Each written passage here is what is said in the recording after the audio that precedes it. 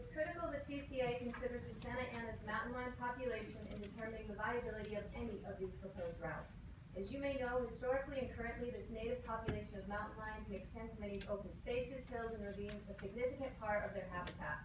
The National Mountain Lion Foundation and UC Davis mountain lion biologists have recently designated this population as extremely threatened, being called the most threatened and isolated population in the United States, perhaps rivaled only by Florida's panther population.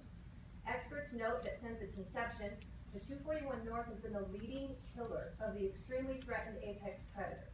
Recent compelled mitigations by TCA to the existing 241 northern section have been successful in some locations but have failed in others. Further, even if these mitigations on any road reduce vehicle roadkill, the remaining number of breeding adults has already been reduced to critical levels by 241 roadkill, depredation in some areas, and more recently by extreme habitat loss and habitat fragmentation. Experts also note the devastating impacts of habitat loss and fragmentation that are now driving declining genetic diversity, inbreeding pressures that further threaten the Santa Ana mountain lion's survivability.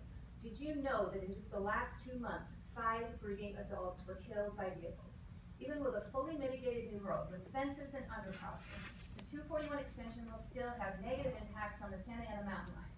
Not enough is known about why some mitigation undercrossings seem to work and others simply do not.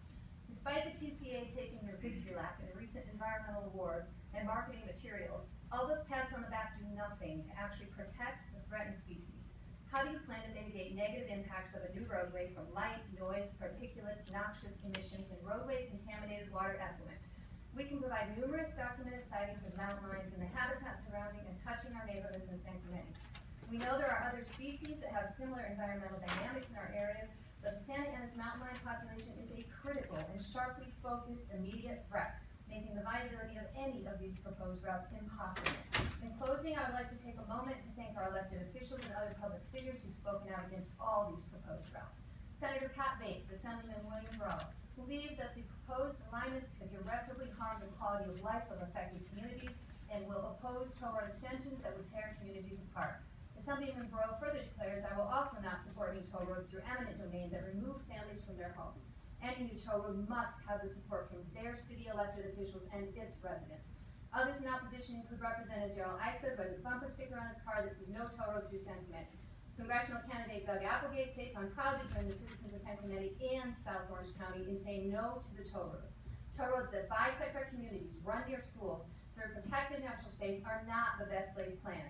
You claim to be seeking public input. Well, let us tell you once again, as the city of San Clemente has already told you, the TCA, you should abandon ill-founded, terrible ideas, not study them.